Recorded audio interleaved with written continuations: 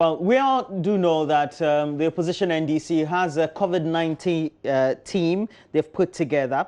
But more importantly, they've come out with some fresh statements and some initiatives they want to undertake. I do have a former Deputy Minister of Finance, current Member of Parliament for the Ejumako Inyan constituency right here online. Good morning to you, Mr. Atoke Silforson. Good morning. Great. I'm told that you have certain concerns related to, as well as some recommendations you want to undertake related to our fight as a country on the coronavirus. What would they be, the outline points in the first place? Okay, thank you very much for the opportunity. Let me first of all say that the plague we face as a country, and obviously worldwide impact, will certainly impact on our economy. No matter what, certainly it's going to impact on our economy. The fact remains that the impact will affect the very bottom of our economy to the very top of the economy. So it means it's going to start from the micro level and hit the macro, certainly.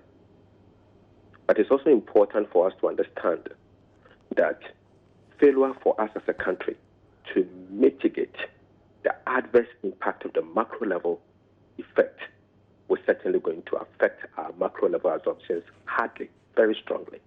Let me break this down.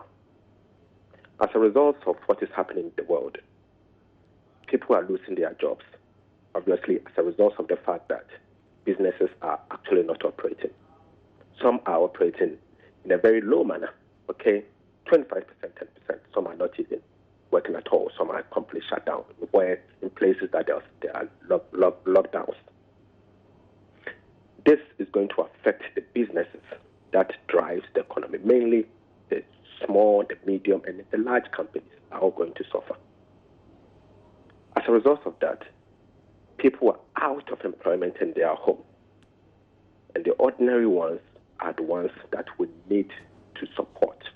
You see, they are vulnerables, the people that actually are struggling to make ends meet as a result of the fact that they are not working. The chunk of our population actually lives on a daily work. So it means if they fail to work, then obviously there's a problem. Now people are actually at home. What are we doing for those people as a country? They are compelled to pay electricity bills. They are compelled to buy water. They are compelled to eat. However, income is not coming in. How do you expect them to move? I heard Guta and the president of Guta saying that they were expecting even the Ghanaian banks to give them some moratorium in paying their loans. They are not responding. That is adverse. That is terrible. I don't know why the central bank is not sitting with the banks, encouraging them to do what they are supposed to require. Because obviously the banks, if they fail to extend a moratorium, then the issue of loans not performing will come in, and it's up to the central bank to sit with them and encourage them to do that. Failure to do that will have adverse impact on the companies. The ordinary Ghanaian on the street, we are recommending that the government, as a matter of urgency, should announce a proper package that will alleviate the hardships that has been imposed on the ordinary Ghanaian. One, why are we saying that electricity around this time? Why are we not recommending that areas that are locked down, why is it that government is not saying that going forward it's not going to charge electricity bills until the lockdown is over, so that people can be able to survive? You can isolate the rich areas and then obviously give it to the poor areas in the economy, so that these people can be able to get something. What is happening to water? Why are we not talking about that? Yes, I've heard people talk about the fact that there's the need for us to even take off the communication service, so the people that are home, they can be able to get access to data. All over the world, I've been reviewing what countries are doing. But you can agree with me that Ghana is doing very little. Very, very little. The 1 billion cedis that the president talked about as a COVID-19 alleviation fund is not enough. Even as we speak, we've not been given details as to what the areas that the money is going to go and as to how much is going to go to those areas. The plague that we face as a country is racing with speed, and we need to act now. Hospitals are complaining that they do not even have the PPEs to tackle the epidemic. Why are we doing this to ourselves? Why are we waiting to go and take money from the Heritage Fund, whereas the money is sitting down elsewhere? As we speak, government has gone to borrow $1 billion for the purposes of taking off debt that are owned by private sector at the energy sector. This debt, if you take them off, you are actually depleting your forex. These are times that you need your forex so much, yet the government still intends to do that. We've made recommendations to government that hold on that, because your currency will have impact. Hold on, yet the government intends to do that. I want us to assure the nation that obviously, as a position, we are not just in to criticize, we are in to also make meaningful suggestions, and government has a responsibility also to take those suggestions. Okay. Because obviously, we are in it together. And what is happening is certainly going to affect the very vulnerable, the small, medium industries, and even the large ones. And all of this, if care is not taken and you fail to mitigate it well, this impact, it is certainly going to translate into the macro. It's going to affect your economic growth if your businesses are not being given the needed support for them to be able to survive during this time. It's going to affect your economic growth. It's certainly going to affect your government revenue, going to affect inflation, going to affect everything. So the macro is going to suffer if government does not come in at this right time. And we entreat that the government should, as a matter of urgency, put in measures to deal with the situations that we are talking about. You have been a former Deputy Minister of Finance before, so you do understand what the impact will be. You were also in Parliament when the Finance Minister came to address the House, to the point that we even had to reduce our growth figures.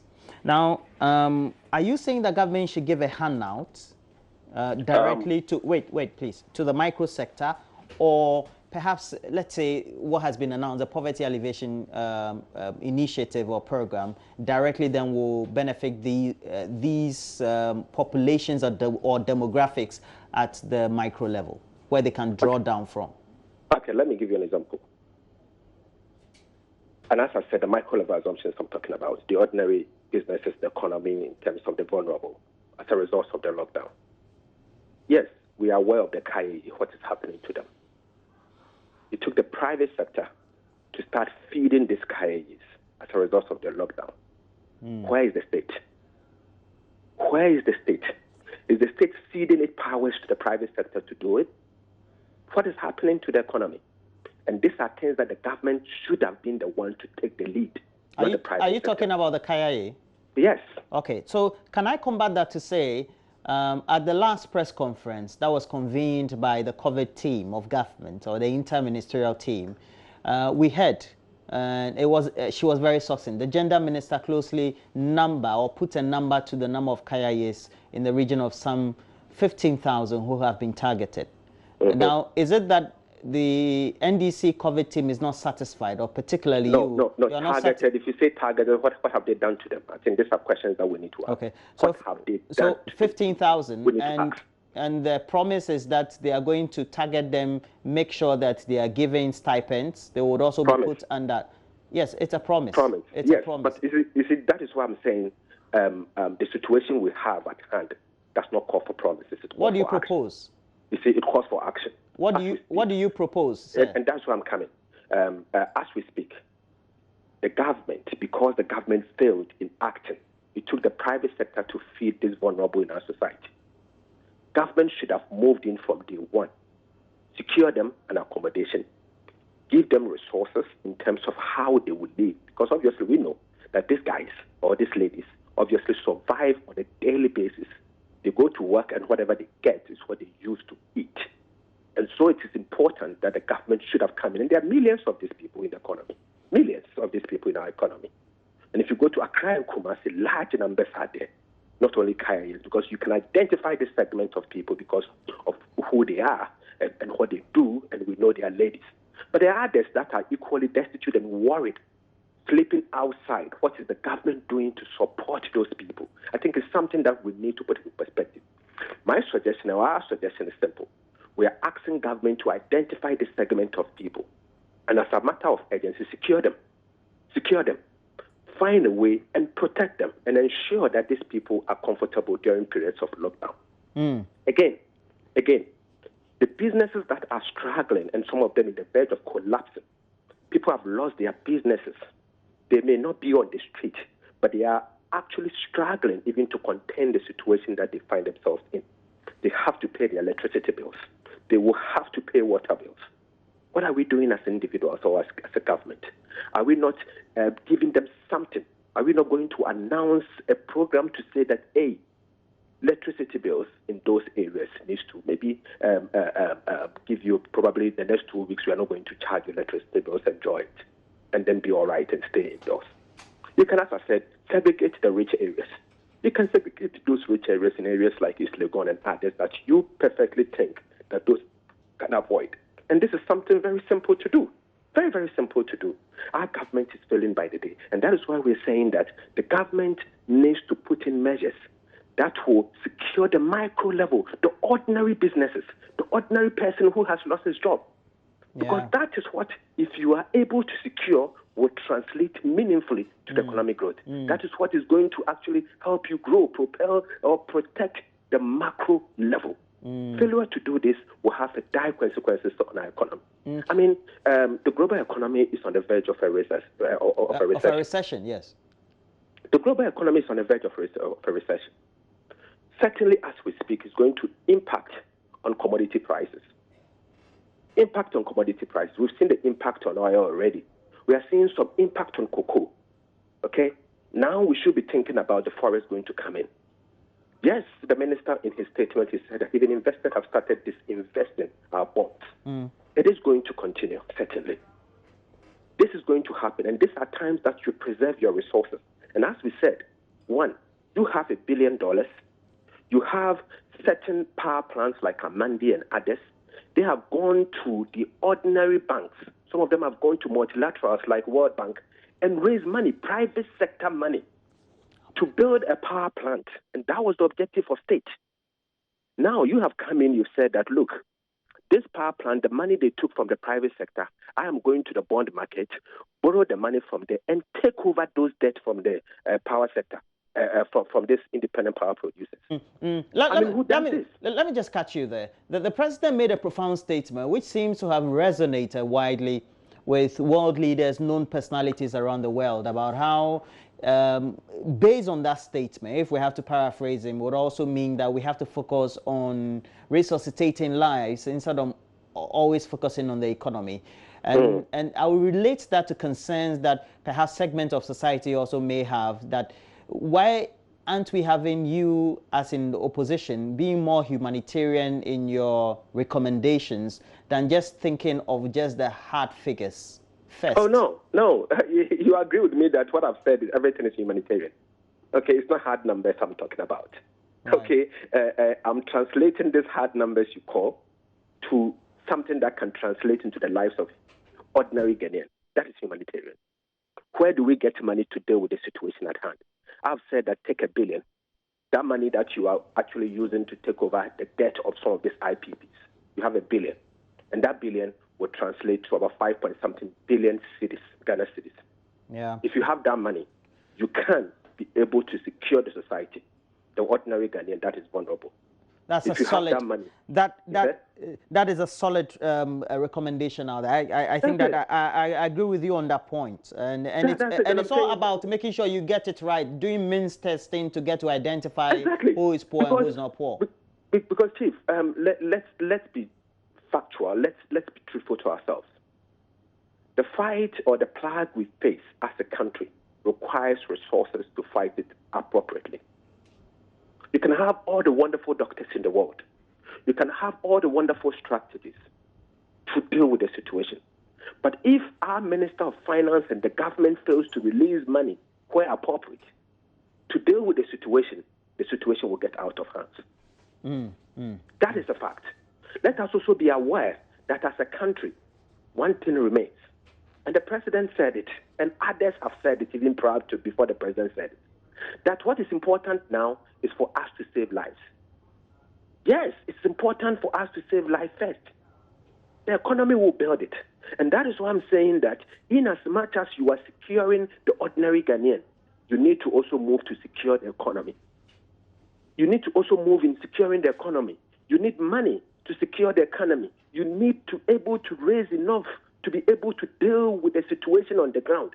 The central bank should be able to work with industry, hear from the industry, and work with the industry in such a way that ordinary businesses will be able to secure it. Okay. We are learning from the global lesson. Countries are doing something different.